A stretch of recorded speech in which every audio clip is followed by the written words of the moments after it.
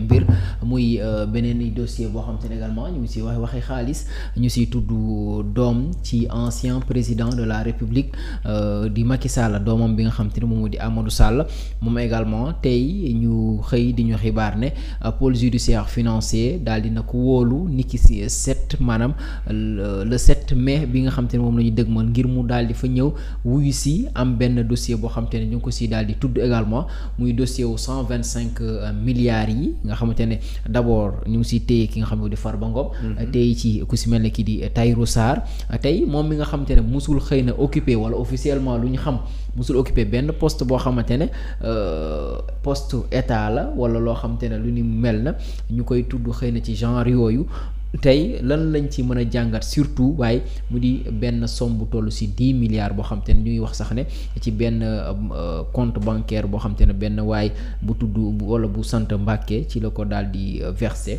dugal ko fa tey koppar yooyee ak moom mi nga xam te ne xëy na jamono ji nekkul ci biir réew mi mu nga ca bitim réew lan lañ ci mën a xaar surtout ci wàllum yoon ci doxalin bi. waaw merci xam nga Daouda moom dañ koy seetaan. wax dëgg yàlla analyse yi muy def ci droit. xam nga nag le droit ñoo ko jafeel rek. droit mooy le bon sens. c'est le bon sens. moo tax damay après souvent des analyses yi muy def souvent sur le plan juridique et autres. mais dëkk bi nag dafa am notion yoo xam ne. di wax na ko Ousmane Sonko ko daaneel. kaay bu ndee nax rek dañ naan c'est un homme d'état. maanaam jaaree ci gouvernement rek qu'est-ce qu'un homme d'état. état boo xam ne bi ñu ko depuis l'indépendance puso. cure-dent kenn mënu ko ci defar. boo demee en France on va te parler de la loi Taubira. au moins kii bi mu nekkee ministre. def na fi lii. homme d'état yu ngay dégg yëpp. tu vas te poser la question lan lañ fi def ci réew mi. le seul constat bi ngay am mooy. l'Afrique est en retard. le Sénégal a été appauvri malgré 38 ressources naturelles yu ñu am ci réew mi. lu ko waral. lii moo ko waral.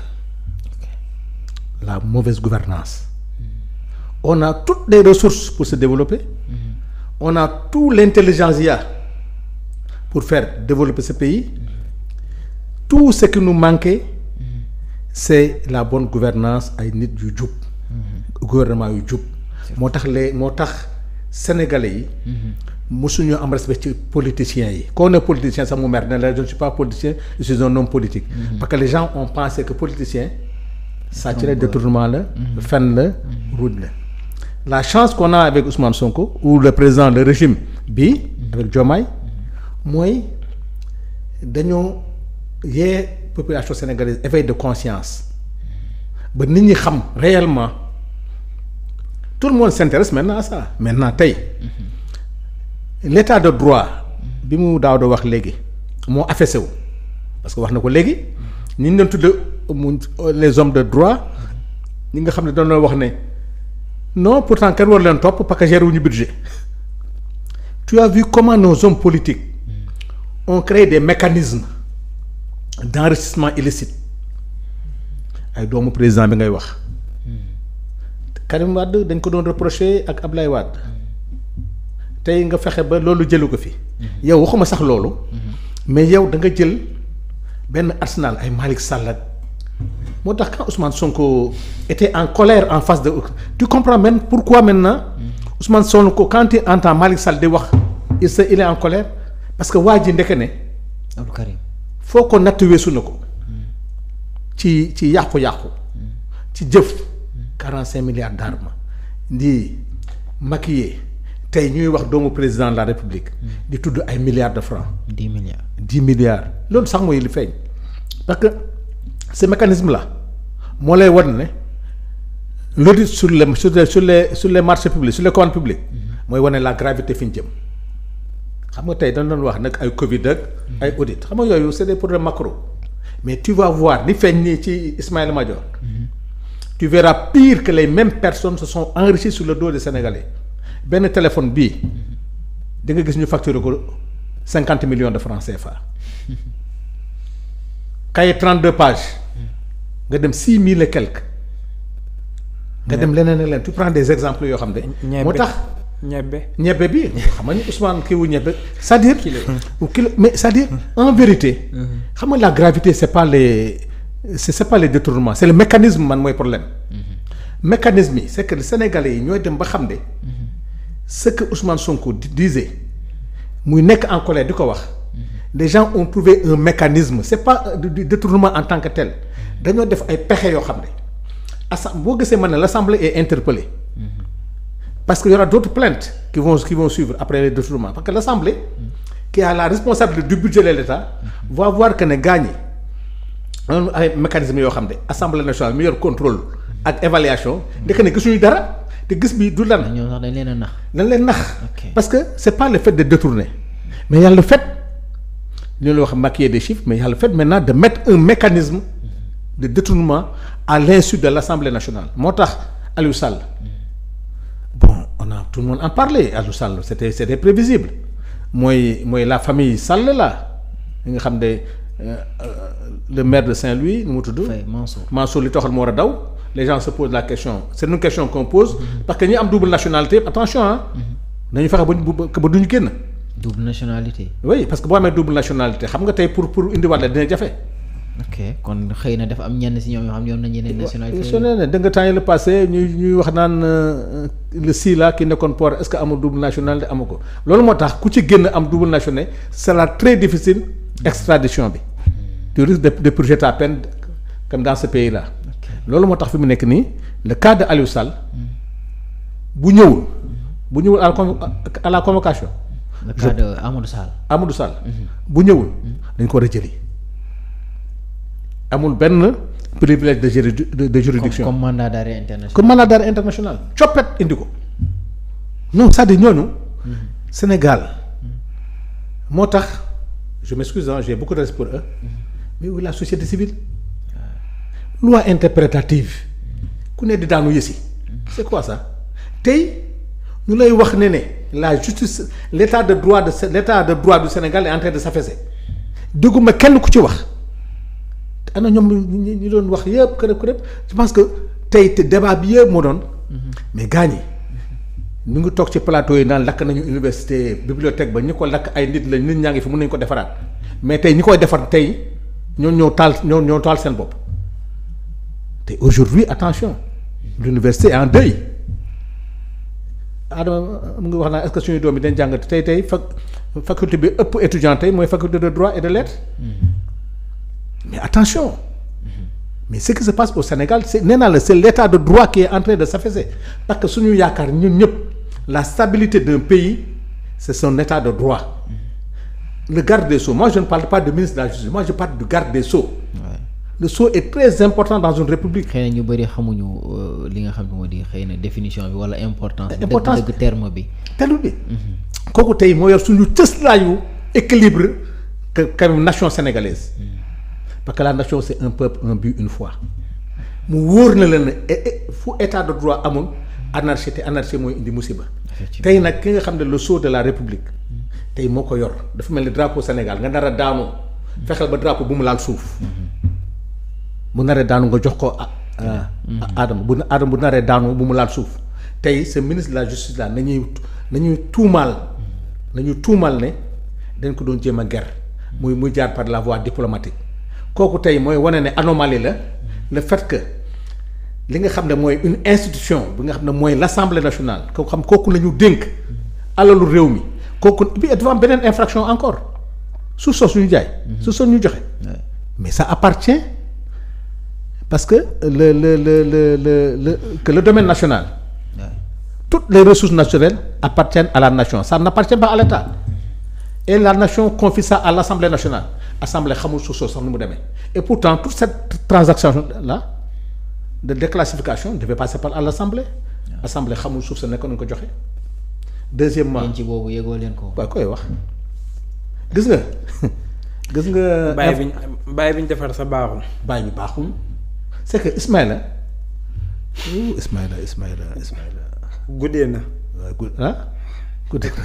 nit na xam nga man nag maa ko gën a mere ci yi mu doon def sur mais ku ma nawoon la sur le plan intellectuel parce que loo ci mën a wax c'est un professeur émérite mais tey boo demee ba ñooñu sa yaakaar ñooñu nga dem ni yaakaar ñooñu sur le plan ñooñu ñooy jàngale droit ñooy jàngale lu yoon nee naa la alkaati bi ci bunt bi bés boo defoon infraction ak sa moto. di ko jëm a corrompre yàqu nga yow boo moytu c'est fini dootoo liggéey. tey un fonctionnaire man waxuma sax waa ji mais un fonctionnaire ñeme ñëw fekk ministre muy toog nekk seede c'est que le gars est témoin tu prends un agent xam yaay kilifa muy nekk témoin d'une possibilité de corruption nga toog tentative de corruption nga toog wax dëgg yàlla dama ne booy doon sàcc ay ginaar ak ay xar ak yooyu franchement ñooñu tey ci biir prison ba ils ont de quoi être libérés. kenn du leen libéré nag. mais tey maintenant le cas de Amadou Sall. revenons sur ce cas là le cas de Amadou Sall tey ndax jàppoo ne bu fekkee ne tey ñu ngi ciy tudd moom Amadou Sall bu ñu gën a creuser du ñu yegg dem xëy na ba yegg ci li nga xam ne moom di ca borom kër ga. borom kër ga xëy na xaalis baak suuf saak yi. jarul creuser c'est lui qui a mis ce mécanisme c'est Macky Sall qui a mis tout ce mécanisme kenn ñemewul def loolu. c'est que les gens ne comprennent pas gis nga alalu réew mi dénkuñu ko ministre la loi xaalis alalu réew mi xam nga ku ñu dénk kenn dañu fal muy Macky Sall c'est Macky Sall maintenant maanaam si responsabilité mooy former gouvernement bu ko neexee def 4 ministres bu ko neexee def 5 ministres bu ko neexee 10 ministres bu ko neexee sax def premier ministre jël alal jooju yépp bu ko assemblée nationale ne ko soit responsable mu jox ko en gouvernement délégué leen ay pouvoir ñooñu di ko exécuter donc il est le seul et unique responsable tey bu ko neexoon mu fal le ministre nga dem défendre budget bi nga ñibbi si mu dàq la xam nga kon yow tu n'en es pour rien bien que nag erreur boo ci def tu seras poursuivi mais moom il doit être informé parce que il a mis des codes de contrôle les codes de contrôle c'est pour que ñuy saytu l'action du gouvernement ku ci def erreur war na ko yëg à la minute près ku ci def erreur de gestion faute de gestion détournement war na ko yëg mais bu dee da ko yëg nag teg ci kuddam tey toutes les conditions toutes les qualificatifs sont réunis pour la résolution pour haute trahison de Macky Sall donc lii mooy wane ne affaire Aliou Sall bii moom moo ko organisé Amadou Sall moo ko organisé yëg na ko jàppale na ko ci. ndax jàpp nga ne topp gi xëy na ak li nga wax ne bu ñëwul dañ ko war a door mandat d'arrêt international jëli ko indi ndax jàpp nga ne mën na doon lu yomb. lu yomb lay doon xëy na ak pays yi jokkalante bi lu yomb la parce que il va être convoqué mais su bañee ñu door mandat d'arrêt international def envoyer commission rogatoire maintenant s'il refuse de venir on va le juger par contumace. Si on le juge par contumace, maintenant il est jugé, il est condamné. La coopération maintenant judiciaire entre le Sénégal et le Maroc permet une extradition. Mais mënoo ko extrader pour des raisons politiques tant qu'il n'est pas jugé. Mais une fois qu'il est condamné, là nag coppet nañ koy def indi. Là la coopération maintenant parce que boo déggee ñu la coopération avec le Maroc ça veut dire c'est en cas de condamnation. Mais tant que amul condamnation on peut le juger quand même par contumace. Tu as vu comme mën na lancer un mandat d'arrêt international maintenant ban dëkk lay dem ainsi de suite mais lu wóor mooy il sera jugé. Amadou Sall dañ ko cité dafa bëri et puis autour de Amadou Sall il y a tout un mécanisme il y a des parlementaires il y a des ministres il y a des hommes d'affaires gaa ñi dañoo jël alalu réew mi def ko façon boo xam ne moi ce qui m'écoeure dans cette histoire de Amadou Sall mooy mécanisme yi bi ñu def ba pare xaalis bi nu ngi koy doyee moi j'ai quelqu'un là depuis 3 jours maa ngi koy assister pour des frais yi nga xam ne mu ngi CTO frais médicaux yoo xam ne c'est-à-dire benn 50 000 francs ou 100 000 francs sax pour mu fay ñu téye ko alors que les gens sont en train de voler des milliards de francs tu as vu ngay criminaliser le vol de bétail ku sàcc xar nga def ko crime criminaliser ko ku sàcc ay milliards nga ne mën na cautionner mu sàcc 1 milliard pendant 4 ans muy liggéey ci 1 milliard bi nga mu ñëw cautionner 1 milliard bi mais c'est ça la gravité maintenant de la loi rectificative bi ñu war a indi ci loi bi attention ci parquet financier bi il faut que ñu dugal ci enrichissement illicite tu sais le pourquoi kii ñëw di cautionner nga bàyyi ko mais xaalis mu cautionner fu mu jëlee il doit maintenant te ñu koy toppee xaalis xaalis boo gisee ñoom Farba Ngom seen cautionnement xam ndax kenn accepté ko. parce que suuf si ñu cautionné dañoo xalaat ne soo état be ko moom xam nga loolu moo tax bàyyiwuñ leen. mais tous ces gens là qu'on soupçonne d'avoir fait des détournements ci Covid ak leneen bu ñu cautionné ils ont travaillé avec cet argent là et ils ont pris les bénéfices tey waa ji sàcc xar bi jur ay seex yàlla bu am ñaari seex muy ñeenti xar ñu jàpp ko mu delloo xar bi téye seex yi téye xar yi c'est pas juste.